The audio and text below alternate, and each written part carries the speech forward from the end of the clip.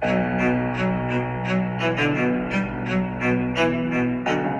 is it, people. This is what you've been waiting for. This is Everyday Celebrity Podcast. The podcast for everyday people with everyday problems, trying to find everyday solutions to accomplish everyday goals.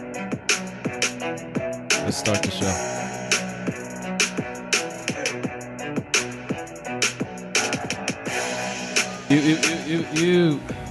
We are back. Welcome to another episode of Everyday Celebrity Podcast. It's been a minute. I've been MIA for a minute because of the whole coronavirus shit. But yeah, I'm back in full effect, and I have a wonderful, wonderful guest with me today. Very excited about this interview. She goes by the name of Kat. She is a businesswoman. I think she's a model, but she might not. She might not say she's a model, but part-time. If you look at her Instagram, she's definitely a model material. She has a crazy fashion sense, and she's a businesswoman, and that's why I invited her on the show to talk about her business and the trials and tribulations of sheltering in place and the effect that shit had on her business. So, Kat, welcome to the show. Thank you. Thank you for the introduction. That was lovely. Now, tell the people, the thousands and thousands of people, what your business is. So I have a shop in North Oakland called Rituals by Kat. There I offer beauty rituals that include microblading, lash extensions, and hair removal. Hair removal. All kinds of hair removal. All kinds? Full body waxing. And this is all on women, right? Whoever needs waxing, I'll wax them. I have a shit ton of questions about waxing, but we'll get into that later. Okay. What's the name of your business? Rituals by Kat. And where are you located? In North Oakland by the Children's Hospital on MLK. And when was your business launched? So officially, I started in Portland. I love Portland. Yeah, a few years back. And I was working out of a salon there called Tiger Salon. You do have the old Portland vibe. Like white girl with tattoos. I know, right? Yeah. Keep it weird. Yeah, so I started there, and I was there as an independent contractor out of a salon. And then once I moved back to the Bay Area, I'm originally from here, I was at another salon, Fig and Clover Salon on Telegraph. Mm-hmm. And then once I decided I wanted to start microblading, it involved this whole process of getting a tattoo license. So that you need a tattoo license to do eyelashes? No, to do microblading. Do you know what microblading is? No. I'm a man, so. Men get microblading. I mean, certain men do. Well, anyway, yeah, so I took my business in a new direction because of that. And so I had to get my own space and get it permitted and up to code, basically, so that I could offer microblading, because I wanted to kind of next level my business from, exclusively doing lashes to, just new potential for growth there. So what were you doing in a salon before you were doing microblading? Were you just doing hair and shit? I was doing lashes, lash extensions. Mostly. So microblading is like the top notch.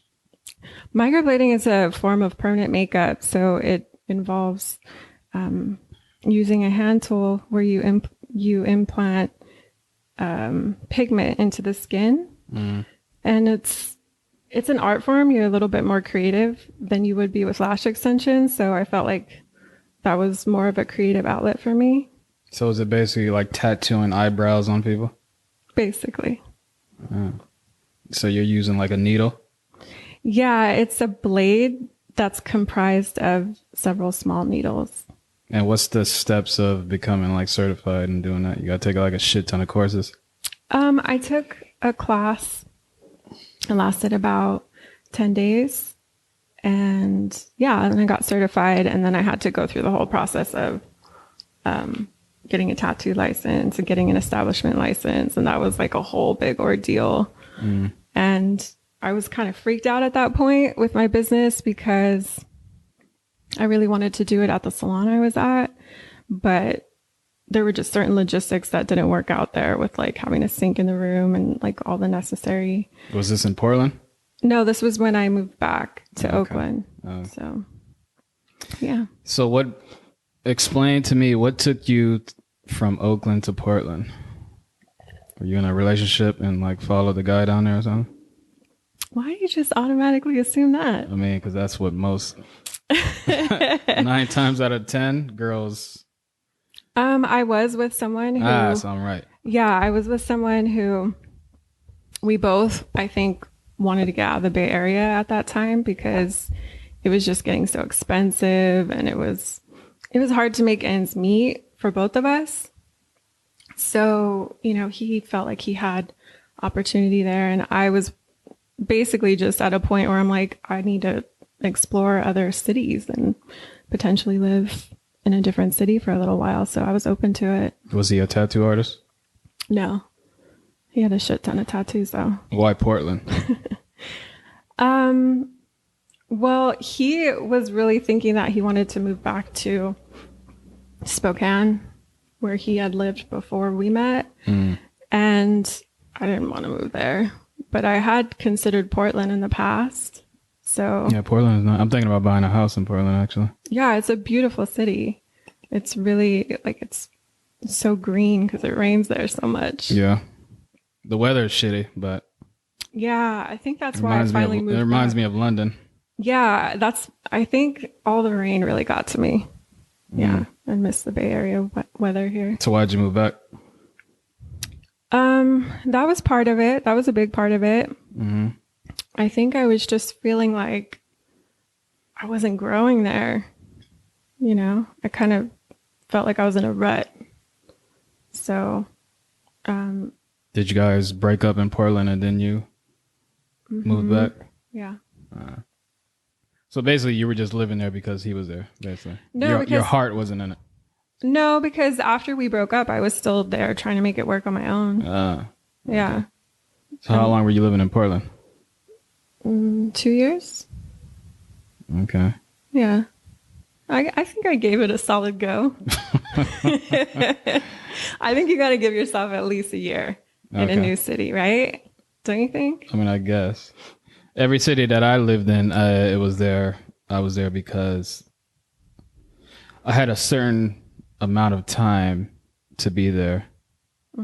So it was already planned. I never lived in a city like, oh, I'm going to live in a city and see where it goes. I moved to a city because I'm going to live here from this point to this point, and then I'm out. So every city, like college, San Diego, I was there for 4 years, and then I knew after the 4 years was up, I'm leaving. Virginia, I was in Virginia because of the military, and I knew that, I wasn't going to stay there. So I never like picked up and moved to a city, be like, oh, let's try it out. So, yeah. You always had that clear vision. Yeah. I just needed a change of scenery, Yeah. I was born and raised in San Francisco, and I just was like, it's time to live somewhere else. So let's talk about your life. What made you the person you are today? Wow. Yeah. So FYI, everybody, Kat has never listened to any of my episodes, so she's in for a shock. But we literally on here, we like go back from like birth and talk about shit from your past to like now. Okay. So you were born and raised in San Francisco? I was born and raised in San Francisco. Yeah, in South of Market area. You have siblings? Like right off of Folsom. I have 2 older brothers. Are they still in California? Yes. One of my brothers lives in San Francisco, and the other lives in Pleasanton. Are you guys close? No, not really. We kind of are just doing our own thing. Why is that?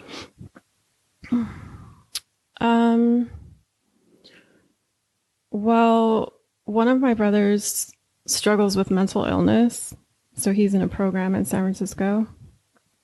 And what mental illness? You want to talk about that? Yeah.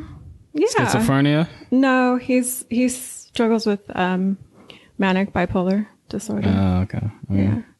It's kind of the same thing. I study psychology, yeah. Oh, okay. then you know better than I do. But yeah, I mean, I think it was... So that put a strain on your relationship? I think it did when we didn't understand what he was going through. But I love him. I mean, and anything that has happened between us, there's complete forgiveness there. So... was he like a shitty brother to you when you were growing up? No, he was awesome. He was like my protector in school. He would always like, if anyone was picking on me, he would always have my back. Oh yeah. But then he would pick on me at home. That's how the older brother dynamic works, right? What about the other one? So he's the oldest of us three, and he was training for a while to be a police officer. And now he has a security business. Oh yeah, that's good. Yeah. That he's not a cop. Yeah. But anyway, that's a whole nother conversation. So which brother are you closest to? Probably, I'm closer in age to my brother who... I mean, not age, but I'm talking about like... Well, yeah, in age, and also our relationship is closer too. But just as a reference to him, he's the one I'm closer to, who lives in the city. My oldest brother, who lives in Pleasanton, he has like a family, and he's a little bit more distracted with that. And, okay. Yeah. And your parents, they're still together? No. They were divorced when I was like 21, 22. They waited it out. When it happened. they really... My parents got divorced when I was, I think I was like 6 or something. But the only thing I remember from that situation is me being in court and my father was holding me. And then he passed me to my mom. And then my dad took me back, and then that was it. The funny thing about my parents getting divorced is my dad got custody of everybody, which is very rare.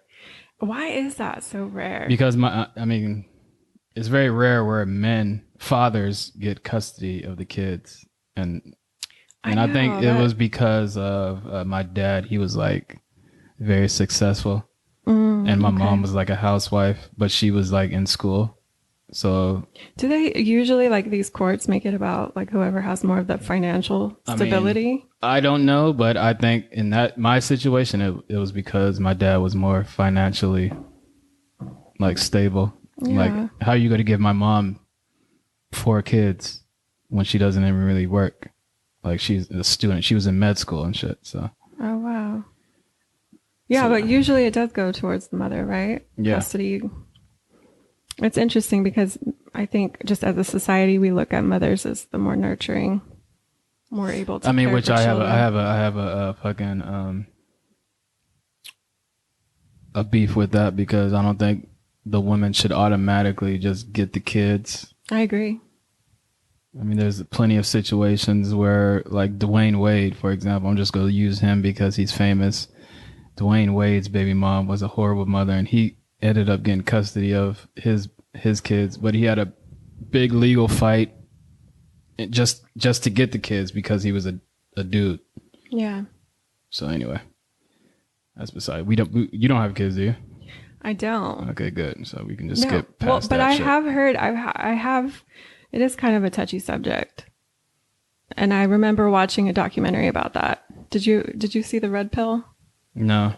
It has an interesting perspective about that, because I guess the person who made the documentary is this woman who sort of pronounced that she was a feminist, and then she did all this research about men's struggles, and it sort of shifted her perspective. And that was one of the things that she talked about was custody.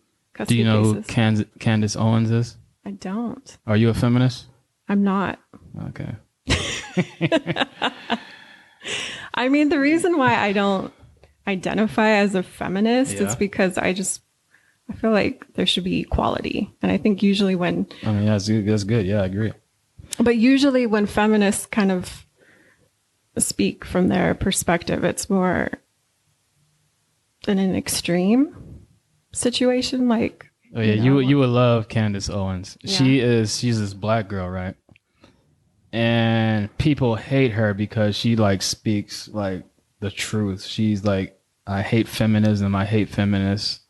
They're ruining like women, basically. That's her views, because she feels like feminists. She feels like they're, I don't want to like put words in her mouth, but she feels like men. There's men should be men in a relationship. Men should be men, and women should be women. Like, women should want a man who protects them and like fucking is manly and like take care of the house, and like there's nothing wrong with being a housewife and shit like that. So those are her views.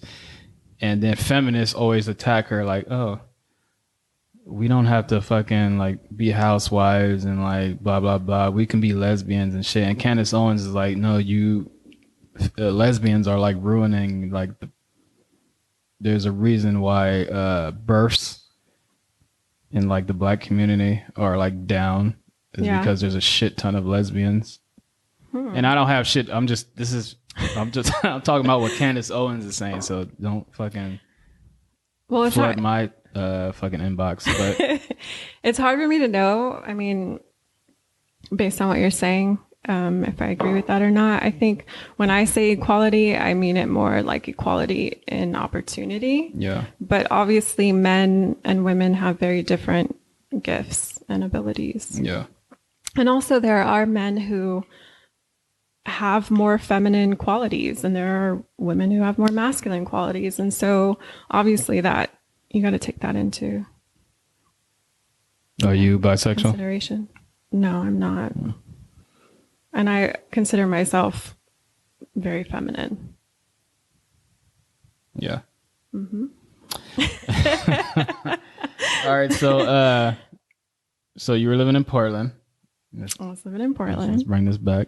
You were living in Portland, and then you left Portland. Oh wait, before Portland, you were in did you go to college? I did not. You did not go to college. I didn't like school. Yeah, school's not for everyone. I didn't like school either. That's why I only did my 4 years, and then I was done. My plan was to like get a PhD at least. Yeah. Or at least a master's. That's ambitious. But that was for someone who doesn't like school. An 18-year-old is like, oh, I'm gonna go to college and like, oh, I'm gonna get a master's. But then when you're in school, you realize that these motherfuckers just want your money. They're not trying to educate you. Yeah, the system is pretty flawed. Yeah. But anyway, so you didn't go to college. What did you do after high school? After high school, I took some courses at community college, and I was sort of trying to figure that out, like if I was going to pursue more education. Were you into is it right to call you a cosmetologist? Yes. Were you into cosmetology when you were in high school? No, not at all. Actually, I thought I was going to be more into psychology. That's what I studied. Oh, yeah, photography. I told you that, yeah. Photography, that's good. I've always been drawn to like philosophy and psychology. Mm-hmm. But more as like interest. Once I found out how much school was involved, I gave up on that. Yeah. Mm-hmm. But I went to community college, and I took a few courses, mostly creative courses, just because I wanted to figure out like what direction I wanted to go with my career. But I sort of veered off that path of choosing a career that was artistic because I just needed to work at that point. So I gave up my dreams for a few years, and I worked for the city and county of Martinez at the hospital there. As a what? I was in medical records. I was a file clerk. Yeah, I was like in the basement. How long were you filing doing that? papers and reading up on like a lot of the medical records of people that I probably shouldn't have been reading. Oh, But really? Did you it was ever like come interesting. across a file of a guy that you know, like, oh shit, this guy has herpes, and I know him? No. No. No, I didn't. But I did go through some files of certain patients that I felt like would come in all the time because they would have like so many files. And sometimes I would just be so intrigued by like their stories that I would read it because I would be bored That's bad. at work. It was a boring job. Okay. Yeah. So how long were you doing that? I was doing that for, oh gosh, I think 3 years. Yeah. And then Did you quit or get fired? I quit. I straight up just didn't go in. Okay. I was so over it at that point, and I had been commuting because I moved back to San Francisco from the East Bay, and I was tired of the commute. I was tired of just feeling like this is such a dead end job, you know. At least creatively it was, but it came with like benefits and all these perks, and Yeah. perks I don't even have now, you know. So I stuck with it for those reasons, and I felt like that was good for me to learn that really wasn't the path I wanted to take. So after 3 years, that's when I gave up on that, and I went to cosmetology school shortly after that. So what made you choose cosmetology? Well, I had a friend then who was a makeup artist, and I thought I wanted to do, I thought I wanted to be a makeup artist, but after I was actually in the program, I decided that really wasn't for me. Bunch of sassy young men. Well, it was just more that it was like, you know, do wedding makeup, and like, I think all of the options at that time didn't seem very creative. It was like, okay, you're going to work in a, like at a counter in a department Macy's store, and shit, or like, selling products, or maybe you might even do some weddings or something like that. And that just wasn't, that's where the money was at, unless you like kind of climbed into the celebrity world and then you were like makeup artists and that sort of. So many. It seems like there's so many fucking makeup artists though. There are. Yeah. And Very like hard to like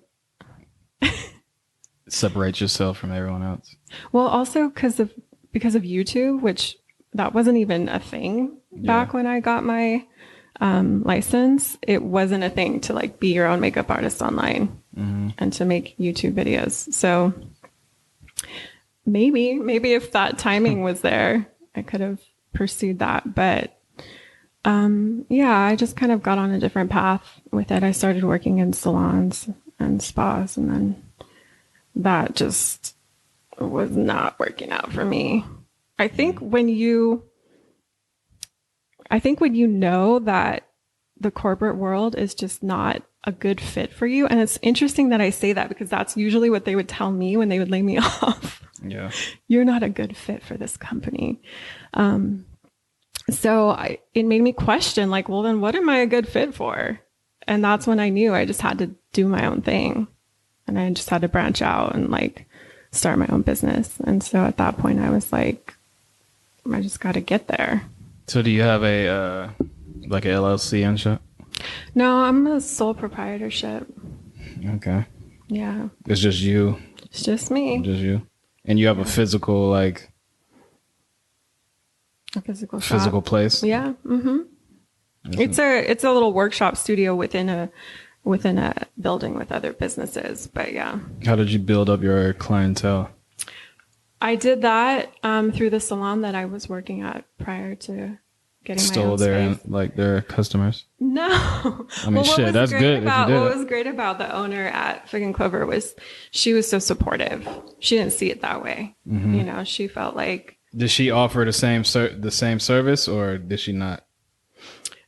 She did later on. I think after a year or so, she got somebody else in there to do it. So yeah, I didn't really feel like that was a conflict at all because we both agreed that if you work hard here, that you build those relationships with clients. Those are your clients, quote unquote, your clients. But yeah, so she was very supportive, and I appreciated that, because then I could take that where I am now. So what was the hardest thing, in your opinion, starting your own company or your own business? Honestly, the hardest thing was just finding that space where I fit in, because I reached out to some tattoo shops in Oakland, and I thought maybe I would go that route where I would just rent a space in a tattoo shop and offer microblading there. But I feel like there was some resistance, because it was like, there's no fit. This doesn't fit in with like the tattoo world. Yeah. At least at that time, they were doing that in Portland. There were a lot of microblading artists in Portland who were working out of tattoo shops, but here it really wasn't a thing at that time, which was a couple years back, maybe 2-3 years. So I did reach out to a few tattoo shops, but I think there was kind of this boys club mentality. That, so you were trying to do eyebrows in a tattoo shop? Yeah. Well, because then that would, the reason that... Who the fuck would go to a tattoo shop to get their eyebrows done? Well, that's what I'm saying. They did that in Portland. Like, that's where... That's weird. Some of the microblading artists that I knew about were doing it in Portland in tattoo shops. And the reason for that is because then you don't have to get your own licensing. You don't have to pay for that. You don't have to... Because you have to have an establishment license and also a tattoo license, which it gets really expensive. Do you have to like give the owner of the tattoo shop some money? Well, yeah, that's why it would have been like path of least resistance to just work in the tattoo shop. Yeah. But that really wasn't an option for me. Not in the timing that I wanted to make that happen. Because once I got my certification, I was like ready to go. I'd been practicing and I was just like, I want to do this already. I want to offer this to my clients. So how did you find your venue? Because you're in a good like popular area. Yeah, I got lucky.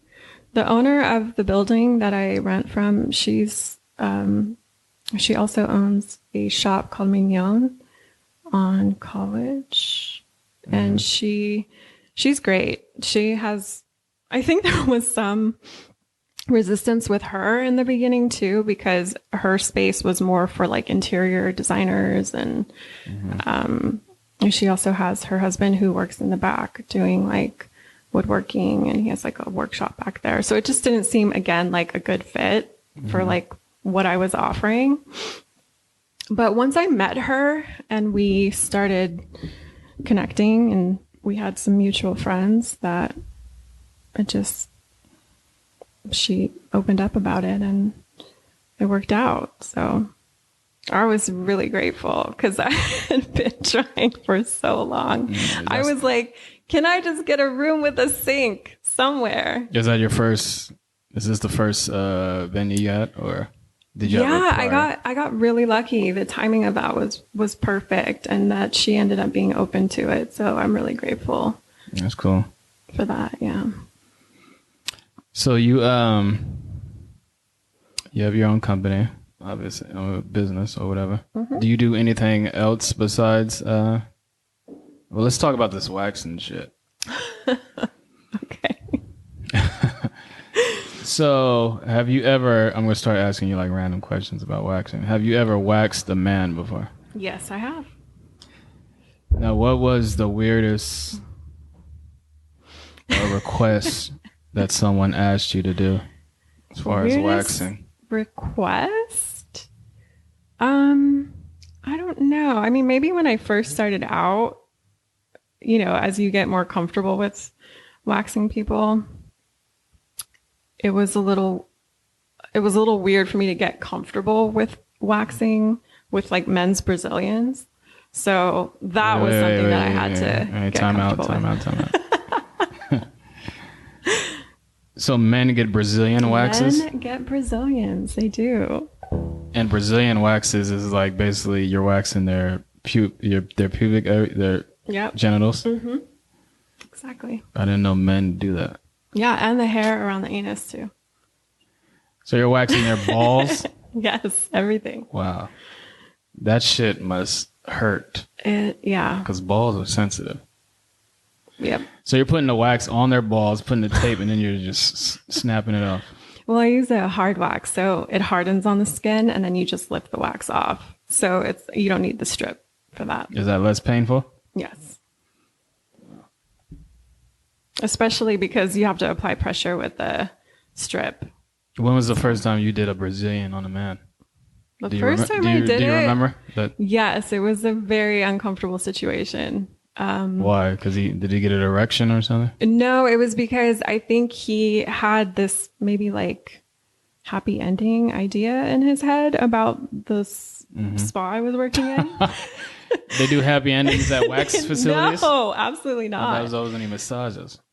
But he groped me as I was waxing. Groped you how? Like touched your ass? Yeah. Wow. Basically.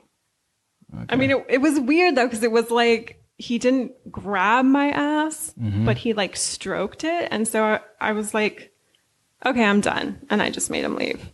And the owner of the salon that I was working at was great about that. She was just like, yeah, he's got to go. No charges or anything? Oh, he paid. Yeah. I'm talking about like court charges. No, like, motherfucker groped me. No. Yeah. No, but that was what was messed up about that was my first men's Brazilian. So I was like so turned off about doing it again, but I did and it was fine. So after that happened, when did you do it again? Like a couple days later? No, they're not very common, but I do it. I can't imagine. Yeah, I feel for you because that's like crazy. A guy like doing that shit to a woman. Yeah. I think rape and like all those sexual assault crimes are like the worst crimes someone can commit. But anyway, that's another story. Yeah. So, Brazilian waxes on men. That is interesting. You done with that one? No, Come on. I'm just trying to think. So, yeah. all right. So, okay. Well, anyway, and you do it on women as well, also, obviously. Yeah. Yeah. That's more common, right? I have pretty regular clients who get that done. Yeah. And I love my clients. I miss them so much right now. Yeah. So how has this shelter in place like affected your business? Well, I'm not open. Okay. And that's frustrating. I think when I'm looking towards, reopening, I think what's more challenging to consider at this point is that people are uncomfortable with human contact. Mm-hmm. And so that's necessary for my job. Yeah. And even if I am, working in the next couple of weeks and the shelter in place is lifted, then it doesn't automatically mean that people are less fearful of contact. Yeah, that whole shit, like, okay, well, we're in shelter in place now, but okay, let's say Gavin Newsom says, okay, well, we're reopening the states tomorrow. I mean, not tomorrow, but like next week. Like, do you think this virus magically disappears? No, it's still going to be there. This virus was here before all this shit happened. You know what I'm saying? So that's the whole crazy thing that's what I think of. Like, okay, we're sheltering in place, but I mean, what's your perspective on the whole thing? My perspective is the only way this will get fixed. I mean, we can shelter in place now. We can shelter in place until the end of the year. Or we can go out and like shit can be lifted. But the only way this shit can be fixed is if there's a cure. If there's no cure, this shit won't get fixed. Like, shelter in place doesn't matter because there's no fucking cure. You understand what I'm saying? If you have a cure, then we can all do whatever we do. Because if you get sick, you can just go to the hospital, get the cure, the vaccine, and then boom, be good. But if there's no cure, You can shelter in place as long as you want. And then once it's lifted, like the virus is still out there. So, I mean, what's the fucking point? Wait a minute. That means are you sipping the Kool-Aid? What Kool-Aid? The Bill Gates Kool-Aid. What did Bill Gates say? He's trying to push this vaccine. He's trying to what? Push a vaccine. I mean, yeah, you need a vaccine for a disease, don't you? Well, what about the flu virus? I don't fucking know. I don't understand how we have so much money being like generated for these vaccines research, and then people are not finding vaccines. Like, okay, get some smarter fucking scientists or chemists or whatever. You know what I'm saying? Yeah, because money is not an option. People think, oh, okay, we need more money. We need a scoundrel some more money. Like, no. You know how much money has been raised since AIDS came on the scene? Billions and billions of dollars for AIDS, and we don't have a cure. Because people need to start thinking outside the box. What if the cure for AIDS is like something weird, like, oh, you need to drink piss. You drank piss and you put a little seasoned salt in the piss, and if you drank that, that's going to eat the virus and like cure you. People need to start thinking outside the box when it comes to these things. I agree that we need to start thinking outside the box, but I don't necessarily believe in the exaggeration of this virus.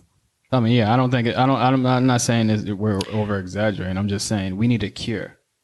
That's the main thing. We just need a cure. Sheltering in place is not going to work. Yeah, but we know pharmaceutical companies don't make money off cures. Yeah, exactly. I mean, well, yeah, the whole medical system is here to keep you sick, not to cure you. Well, I think, I'd rather put some energy towards what the future could look like rather than the problem, because I don't think you can get to the space of the solution if you're still in the space of the problem. Mm-hmm. But as far as thinking outside the box, I think we all have to just take our health and our well-being into our own hands. Like, our health is our responsibility. Yeah, of course. Yeah. Like, the United States is the number one for obesity. And that's just, that's lifestyle. Like, stop eating fast food and maybe you won't get corona. Stop fucking smoking a pack of cigarettes a day and your lungs won't get fucked up. You know what I'm saying? You won't have asthma. Stop fucking drinking soda all the goddamn time. Take some fucking self-responsibility. Damn, some tough love over there, huh? I mean, people need to hear this shit. Yeah, I think, obviously I have a lot of compassion for the loss of life and what's going on right now. But like I said, I think it's more important to put some energy towards what the future is going to look like. What do you think the future is going to look like? What do you think this country, or what do you think you live in the Bay Area, so what do you think the Bay Area is going to be like in, what month are we in? We're in April, right? We're in April. April. Lost track. What do you think June is going to be like? June 1st. June 1st comes around. What do you think is going to be? Are we still going to be in shelter in place, do you think? Well, I'm not the kind of person that likes to speculate like that. I do like being hopeful about the future, but obviously it's uncertain right now. And I think it's more important to look at where we are right now and just be okay. Just be okay right now. You think we're okay right now? I think we can be. I think that we can all sort of get to a place where we could be more uplifting towards each other rather than in panic and fear. So, do you think the president has been handling things correctly? I don't know if we're on the same page with this because I don't watch the news. No, I don't. I tend to lean more towards like the conspiracy theory end of things rather than like the official narrative. What's your conspiracy theory? You think China brought this to us? See, like we're giving a lot of energy to this again. Like and this is the frustrating thing for me, honestly, because I'm the type of person where I like to deliberately put my energy towards more of the positivity going on in the world right now rather than the problem. So that's what it's been challenging even for me in my social circle, because a lot of people do just want to talk about the problem. But so what were you like? What was your life like before this all happened? Were you like a social person, like going out all the time? you know, it's interesting because I just posted about this on my Instagram page. I was sort of going through a lot of soul searching in 2019.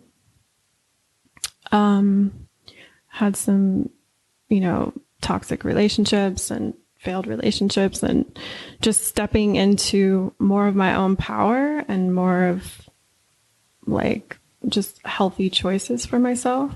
Yeah. I stopped drinking. I started meditating more. I started putting more time and focus into my health and into my own well-being. And since then, it's been kind of a no-brainer to just be a little bit more solitary, because I've sort of shifted my priorities.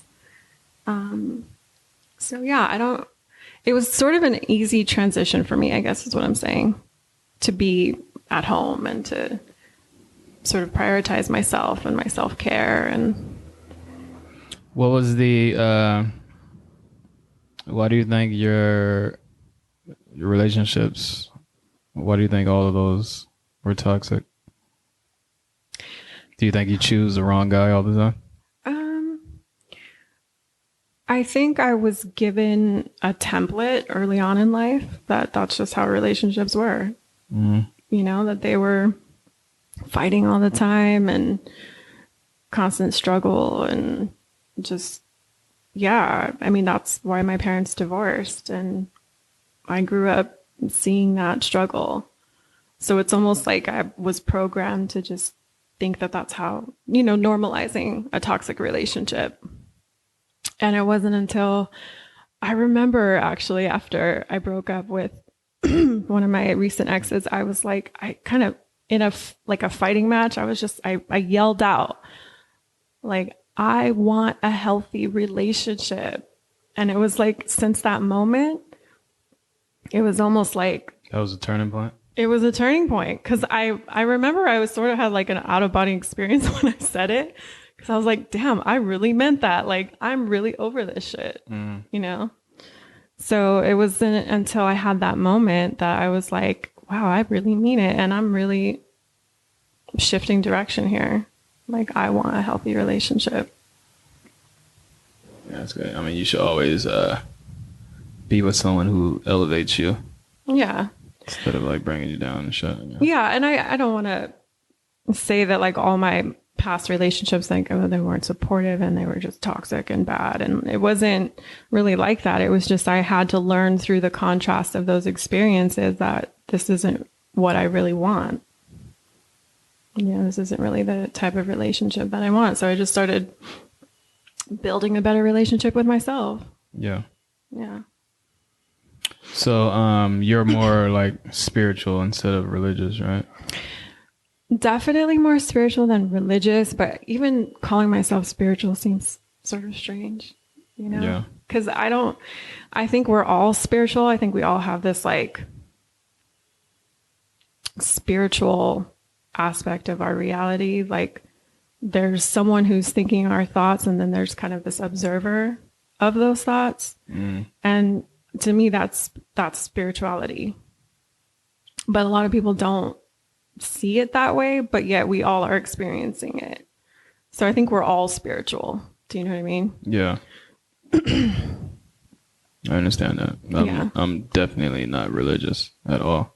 No. Spiritual, I mean, I'm not really spiritual either. Were you ever religious growing up? You didn't have that family? Never. No. Family never went to church. Yeah. I used to go to church and Bible studies and yeah. That's probably why you were so crazy when you were young. What's that? I don't even know if you were wild, but I'm just assuming you were wild. That's a bold statement. Most people who are fucking like are forced in the church world as kids usually grow up rebelling, doing crazy shit. I was rebellious against that, but I think it was important for me to go through that so that I could know where I stood with it.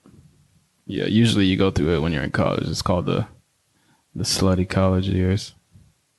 I don't know if you went through. I mean, you didn't go through that, Most people go do that when they're in college. They like sleep around and like party and shit so they can figure out what they want and what they like when they become adults. Was that you? That was you. No, I did that. I did that when I was like 12. So Dang. So I already knew what I wanted after like high school. So yeah. I'm a very old soul. Yeah. Yeah. Why do you call yourself an old soul? I used to call myself that too, but I don't even know what it means. I'm like a fucking old man. You're an old man in a young I'm like man's literally body. a grumpy old man.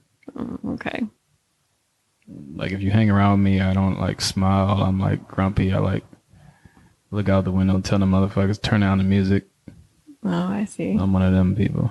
You're all crotchety already. I'm an old grouchy, grumpy dude. I'm like Grumpy Smurf. That's exactly what I am. Yep. I think I'm an old soul too. I guess I just don't always, or I used to refer to myself that way, but I don't really know what it means. To be honest, I don't really know what that expression means, but I think maybe at a certain point, for me, I think it meant I was wise beyond my years. Like I was wise even when I was younger. Like that's kind of how I think of that expression. That's one part of it. And grumpy. Yeah, you got to be grumpy to be an old soul. That's for sure.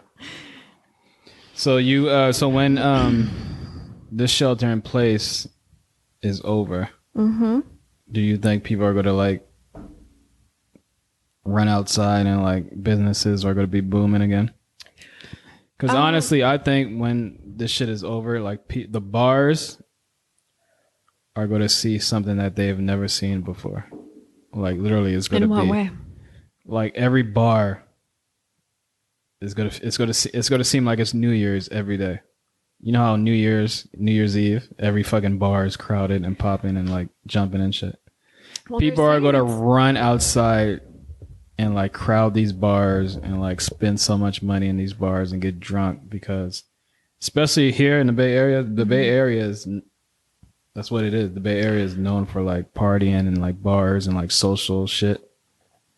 So I think once this shit is lifted, the bars and the clubs are going to see the most. All right, I know where you're going to be.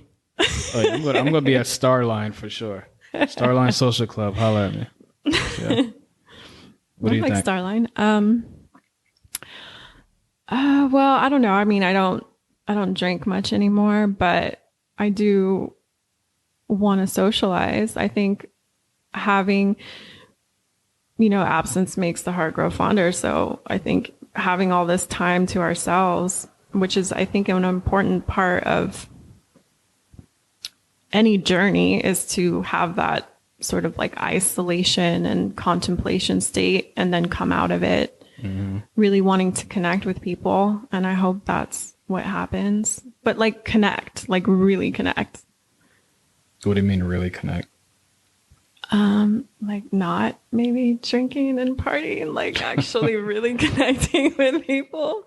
I mean, if you want to party, it's obviously cause for celebration. If this is lifted, then I think, especially if it results in people feeling more safe and, less fearful of a virus. But I think it's going to be a very slow transition to get to that point. Yeah. So I don't think it's going to be slow. You don't? You think it's just going to be like, let's rage, everybody? Exactly. People are, first of all, the shit is not even lifted now. And people are like throwing like secret underground parties. Really? Like I watch. Dang, I'm out of the loop then. I fucking read the news all the time, and then there's always like every week there's like a underground club or party being busted because they had like the secret party and shit. Secret parties, huh? I'm not invited. I mean, it's mostly in Florida. Florida's fucked up. Florida wants to party. People in Florida are like, I don't know what it is, but Florida is like the worst fucking state. I think Texas is going to be next, right? Yeah, well, Georgia's open already. Yeah. Well, they're starting to open slowly. Yeah. Georgia and Texas, yeah. I think it's going to be interesting for California. Californians are a little different. Yeah, California, they're like science, so I don't think California's going to open anytime soon. I don't know about that. I don't. I don't know if we're on the same page here. It brings me back to my point. Like, even if California opens, like, okay, there's no cure. So people are still going to get this shit, even if it's open. Like, find a fucking cure and then open everything up. So in case people get the virus, they have a cure. You understand what I'm saying? But not a vaccine. Oh yeah, well, vaccine is basically a cure, isn't it? I'm not getting vaccinated. That's for sure. Yeah. Well, let's just say a cure. Find a cure to the disease, to the virus. But this is the thing: is it's much more like the flu, which comes and goes in people's lives when they recover, and then you build immunity to it. And I feel like that's more of the progression that we should be trying to figure out right now. Yeah. Well, if it's like the flu, then how come the flu shot doesn't work? That's exactly why I don't want to get vaccinated. I don't get a flu shot. I don't want to get injected with anything. Me neither. I'm serious. Like, I don't trust. I don't want injection of anything that I don't know about in my body. Yeah. Even if that means it's a cure for what's going on here, because I don't feel comfortable with that. Especially, I mean, if this is coming from Bill Gates and You got something against Bill Gates or something? he's out here claiming he's a medical expert. The man is not a medical expert. What did he say? Because I missed the whole Bill Gates shit. He said that publicly. He said what? That he was a medical expert. He said he's a medical expert? Yes. Oh, shit. He probably bought his medical. It seems he's pushing an agenda here, and I just don't feel comfortable with that. I feel more comfortable trying to let our bodies naturally fight off a virus, naturally fight off diseases. That's more the path that I go in. Less having to do with pharmaceuticals, more having to do with lifestyle choices and just overall health. Plants and shit. Holistic approaches, yeah. I feel that. Yeah, there's a lot of famous holistic doctors who claim they have the cure for a lot of diseases. There's a holistic doctor. The whole Nipsey Hussle thing. I don't know if you know about that story, but there's a doctor that Nipsey Hussle was trying to make a documentary about. And he's this famous doctor who said he cured thousands of people who have cancer and AIDS and all this shit, but he does all holistic medicine. And then the Nipsey Hussle was trying to make a documentary about him, and then he was assassinated. They say that's why he was killed, because he was assassinated because he was trying to bring him to light, and the medical world don't want people to know that there's a cure for cancer and AIDS and all that shit, because if everyone is cured, then if no one is sick, then the medical industry would go out of business, right? Obviously, because everyone is sick, everyone is healthy. Like, people won't be buying Tylenol and like all this other shit that they create. So that's true. I mean, pharmaceutical companies make a lot of money, and they make it off of our sickness, not our health. And so I think that's why I go back to what I said earlier, is just we have to take responsibility for our health. And I think we do that by making better choices about what we put in our body.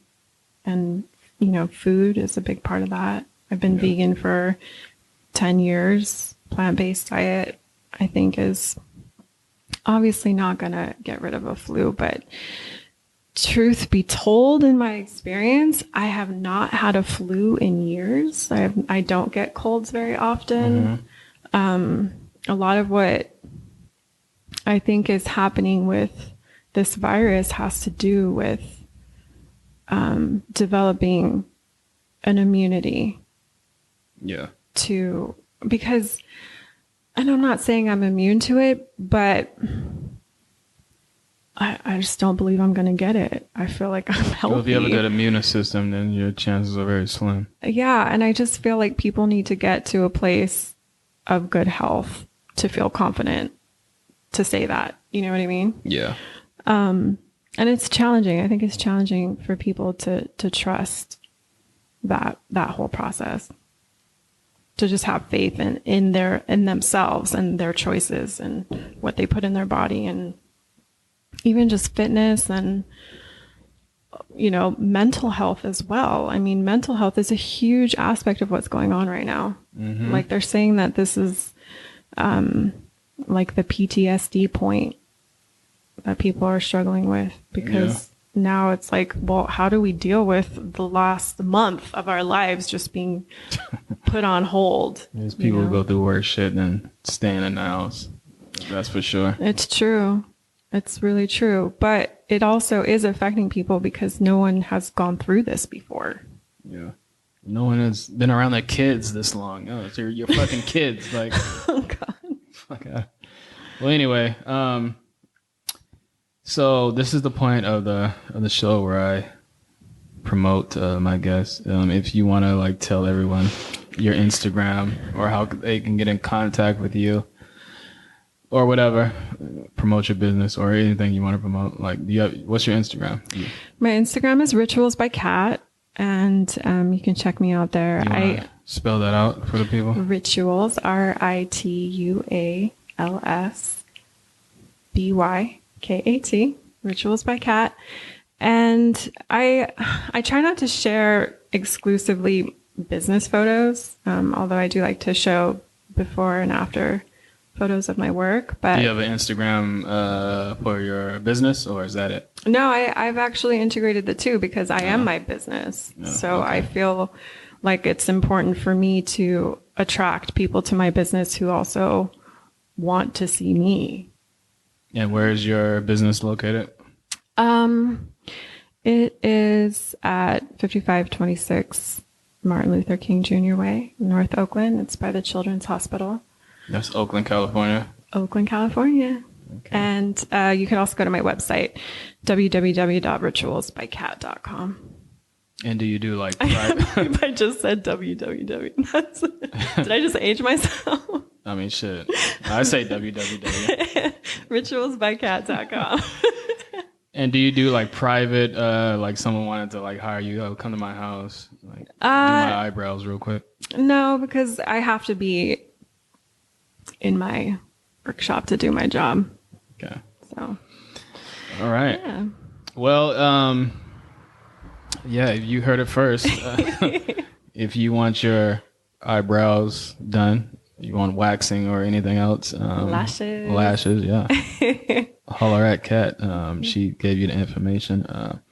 Kat, thank you for coming on the show. It was very, very good talking to you. Thank you, Jordan. Very pleasure. It's my pleasure. Getting to know you. Hopefully this brings you more customers or whatever. Once I open, yes. Once you open, yeah. But yeah, this is Everyday Celebrity. Thanks, Kat, again. Thank you. And we are out. Bye. You.